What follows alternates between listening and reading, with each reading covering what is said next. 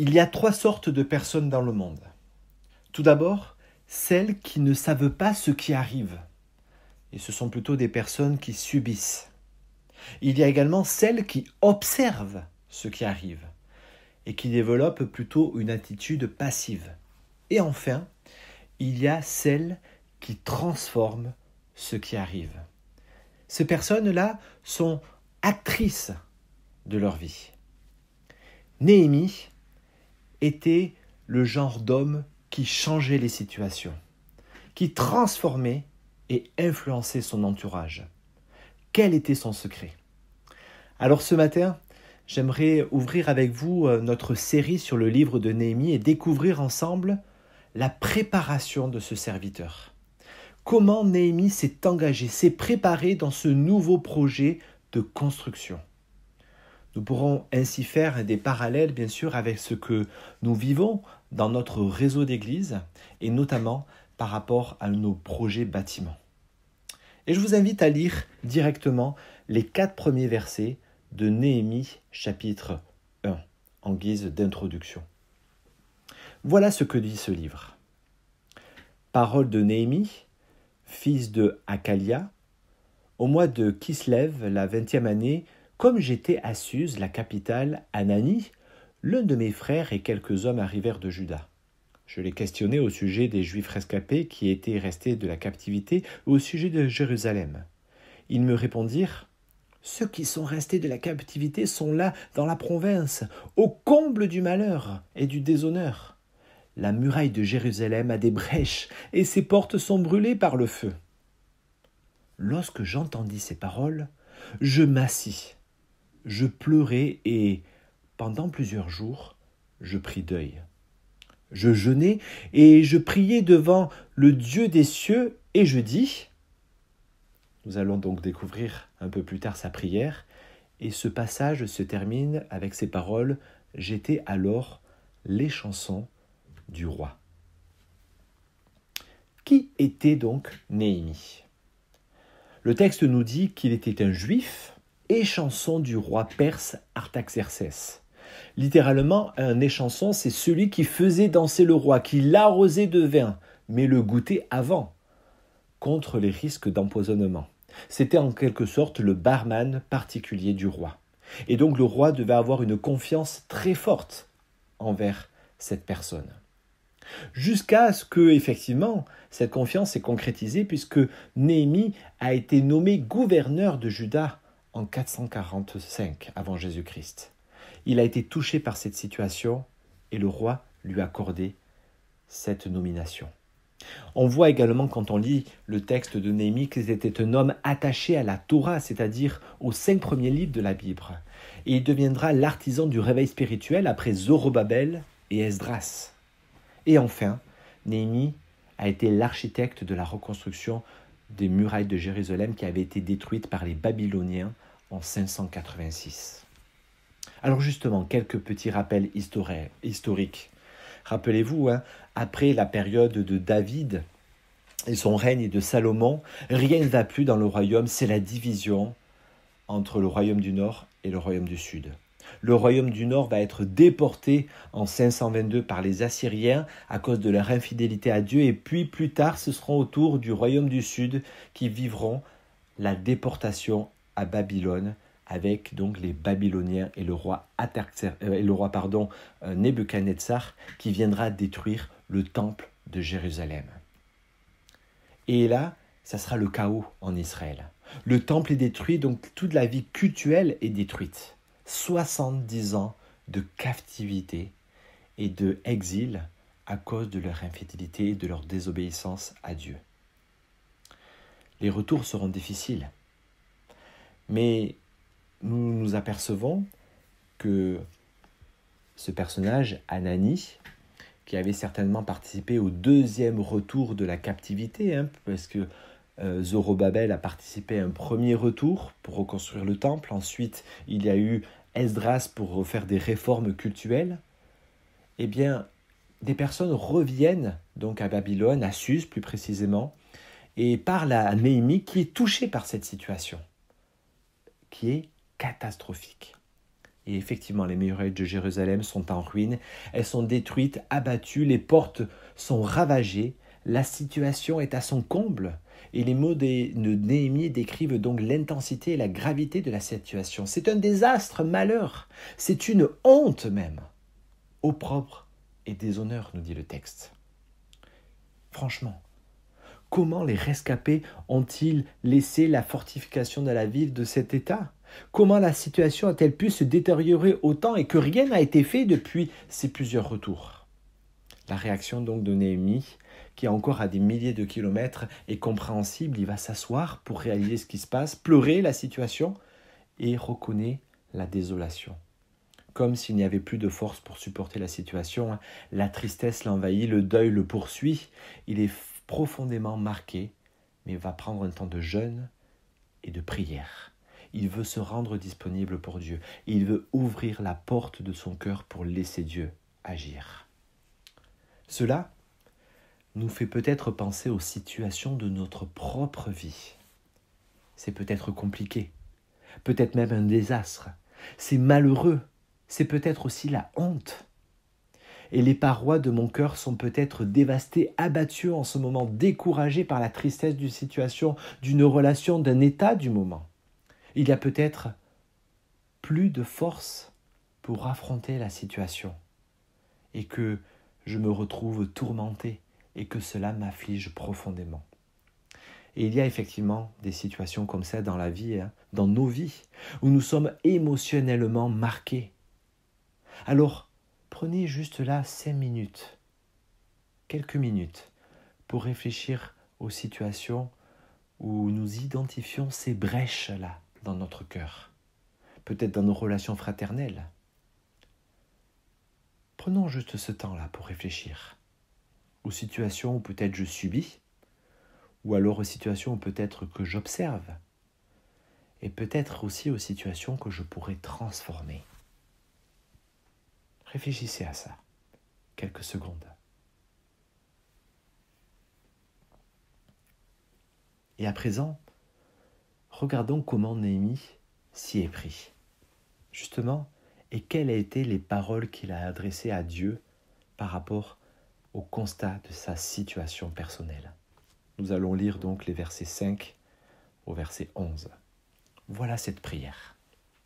Ah, Éternel, Dieu des cieux, Dieu grand et redoutable, toi qui gardes l'alliance et la bienveillance envers ceux qui t'aiment et qui gardent tes commandements, que ton cœur soit attentif, que ton oreille soit attentive et que tes yeux soient ouverts pour exaucer la prière de ton serviteur. Je suis en prière devant toi en ce moment, jour et nuit, pour tes serviteurs les Israélites, en confessant les péchés d'Israélites, nos péchés contre toi. Moi et ma famille, nous avons péché, nous avons vraiment mal agi envers toi et nous n'avons pas observé les commandements, les prescriptions et les ordonnances que tu as données à Moïse, ton serviteur. Mais souviens-toi de ces paroles que tu prescrivais à Moïse, ton serviteur. Lorsque vous serez infidèles, je vous disséminerai parmi les peuples. Mais si vous revenez à moi et si vous gardez mes commandements et les mettez en pratique, alors, quand même, vous serez bannis de l'extrémité du ciel, de là je vous rassemblerai et je vous ramènerai vers le lieu que j'ai choisi pour y faire résider mon nom. Ils sont tes serviteurs et ton peuple.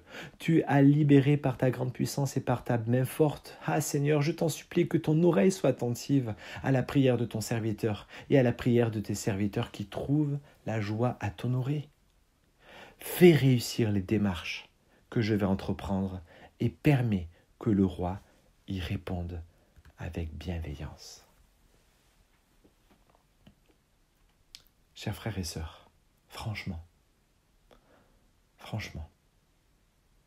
et je me pose cette question, depuis combien de temps n'ai-je pas prié de cette manière ? Depuis combien de temps n'ai-je pas prié comme ça ? Est-ce que depuis combien de temps je n'ai pas entamé une telle démarche dans ma vie ? Pourquoi la situation ne change pas ? Pourquoi est-ce qu'il n'y a pas d'évolution positive ? Eh bien, ne serait-ce pas parce que j'ai oublié de me tourner réellement vers Dieu ? Et non forcément de dire à Dieu, change la situation pour que j'aille mieux, mais plutôt de dire à Dieu, change mon cœur et mon être pour que la situation soit mieux, pour que mon regard sur la situation soit transformé. et pas rester dans cette attitude passive ou d'observation, ou justement de subir les situations. Néhémie s'adresse au Dieu des dieux, au roi du ciel et de la terre, au souverain, au maître, au Dieu redoutable et grand, le Tout-Puissant, à celui qui garde son alliance et qui bénit jusqu'à la 1000e génération. Et j'irai même plus loin quand je lis cette prière et me pose la question, Olivier, depuis quand tu n'as pas confessé tes péchés?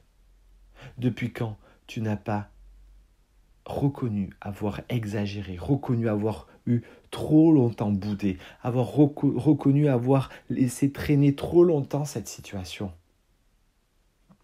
Néhémie le dit, nous avons offensé Dieu. Nous avons mal agi, nous avons raté la cible de Dieu, nous avons manqué le but. Il reconnaît et endosse donc la responsabilité de la situation. Pourquoi l'affliction donc et la désolation de cette situation ici? Parce que le peuple n'avait pas gardé l'alliance de Dieu, il n'avait pas respecté l'instruction de Dieu, il n'avait pas appliqué à quoi Dieu l'invitait.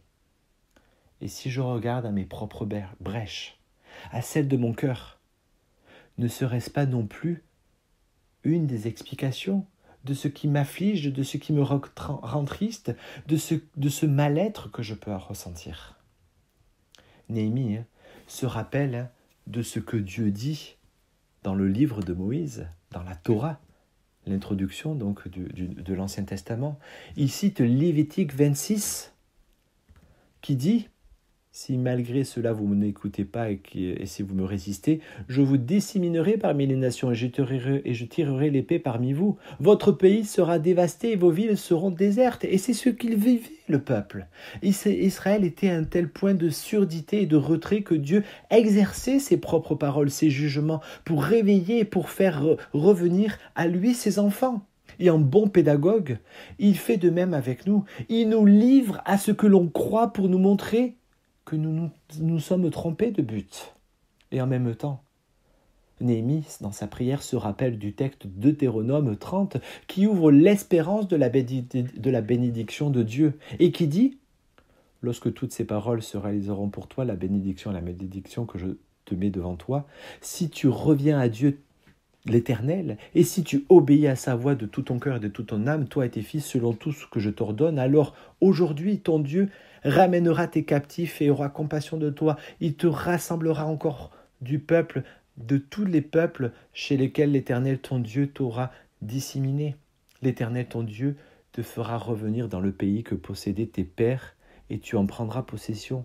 Je te ferai du bien et je te rendrai plus nombreux que tes pères. » Bien sûr, ici, c'est une parole prophétique en vue de ce qui allait arriver au temps de Néhémie, mais aussi une parole prophétique de ce qui allait arriver en Jésus-Christ, et certainement une parole prophétique de ce qui peut arriver aujourd'hui dans ton cœur et dans les brèches qui peuvent être présentes.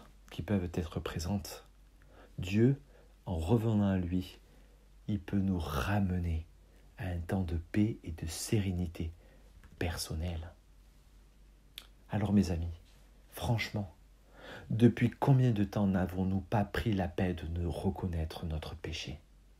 D'avouer devant Dieu ou devant un autre, soit la dureté envers mes enfants ou de mon conjoint, soit l'orgueil ou l'arrogance de mon cœur, soit le mépris de l'autre, de moi-même, soit les pensées malsaines que j'alimente parce que je regarde ce qui n'est pas convenable, ou de reconnaître ou de confesser ma jalousie, mes inconduites, mes partis pris, mes critiques qui sortent de ma bouche envers telle ou telle personne.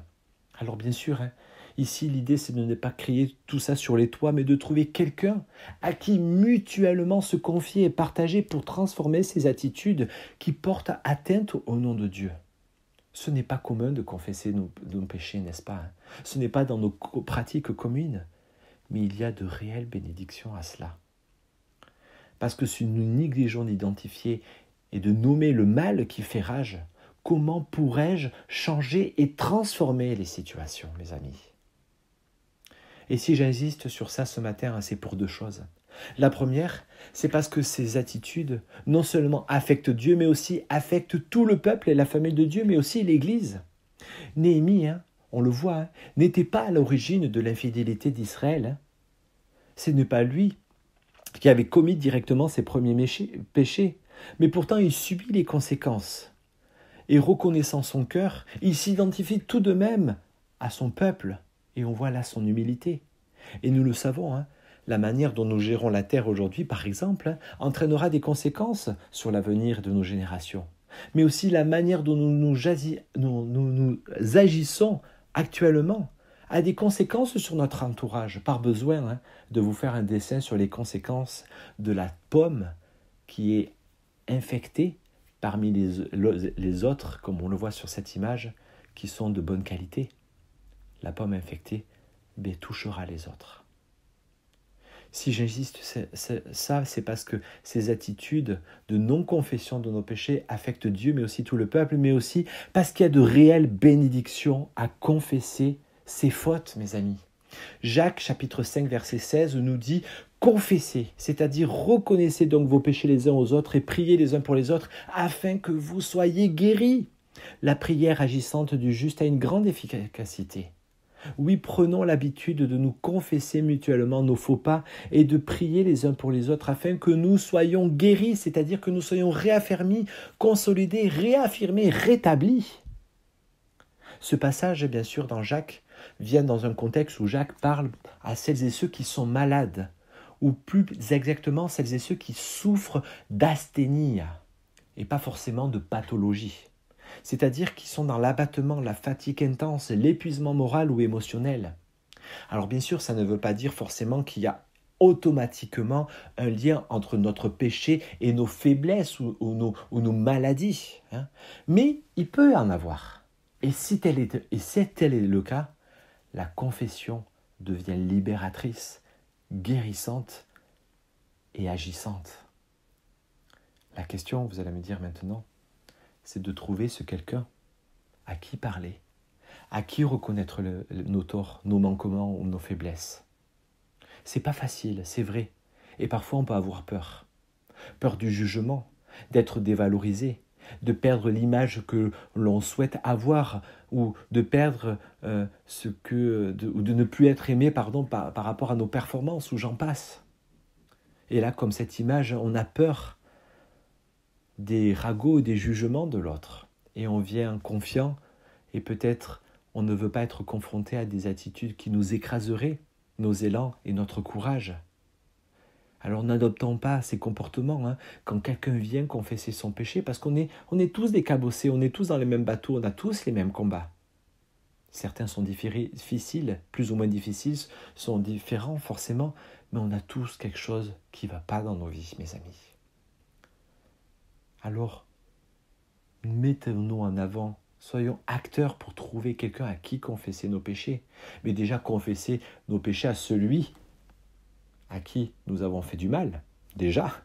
Mais si c'est trop dur, confesser aussi, le dire à quelqu'un qui n'est pas dans l'histoire, pour aussi trouver le courage d'aller voir celui à qui nous avons fait du mal. Parfois, j'entends ou je constate la difficulté pour certains d'exprimer leurs difficultés au sein de l'Église, et ça m'attriste vraiment. Car l'Église est un lieu d'amour, d'écoute, où on peut véritablement confesser ses faux pas mutuellement et prier les uns sur les autres sans avoir peur du jugement. Alors mes amis, nous avons besoin d'être encore plus vrais les uns avec les autres, d'arrêter de porter nos masques, de jouer parfois aux chrétiens, tout en se comportant et évaluant ceux qui pensent moins chrétiennement ou j'en passe. Dois-je rappeler que l'Église est une communauté de disciples, c'est-à-dire d'apprentis, d'apprenants, et non de gens parfaits. Alors pour venir à ma conclusion, oui, Néhémie a confessé son péché et celui de son peuple, car il croyait que la confession libère. Et d'ailleurs, ces projets de reconstruction ont réussi. Ça a été long, il y a eu des obstacles, bien sûr, internes, externes, et nous le verrons dans la suite de cette étude. Mais il a été béni. Ça a contribué à sa préparation pour son nouveau projet. Il croyait qu'un véritable retour à l'alliance de Dieu le conduirait à transformer la malédiction en bénédiction. Il croyait que l'immobilisation, la simple observation de la situation ne suffirait pas pour un changement. Il devait être acteur, se bouger, avancer, Et la confession, mes amis, la reconnaissance du mal, fut la première étape pour sa reconstruction et pour la restauration de l'édifice. Alors, très concrètement, si vous avez des murailles dans votre cœur encore aujourd'hui, dans votre vie, et que votre muraille de votre cœur est fragilisée, peut-être brisée ou même ravagée, et que cela vous attriste depuis tant de mois, essayez la confession. Allez vers la personne que vous avez blessée ou qu'il y a quelque chose entre elles. Allez vers une personne de confiance pour dire ce qui vous grignote de l'intérieur. Mais surtout, ne laissez pas la situation dans cet état. Ne la laissez pas se détériorer encore plus. Mes amis, nous sommes un réseau d'églises. Et le réseau est dans un tournant historique avec nos projets d'église et de bâtiments. Mais au-delà de ces projets bâtiments, qui ne sont pas une fin, mais qui restent des moyens pour un grand projet, eh bien, insistons sur cette première étape.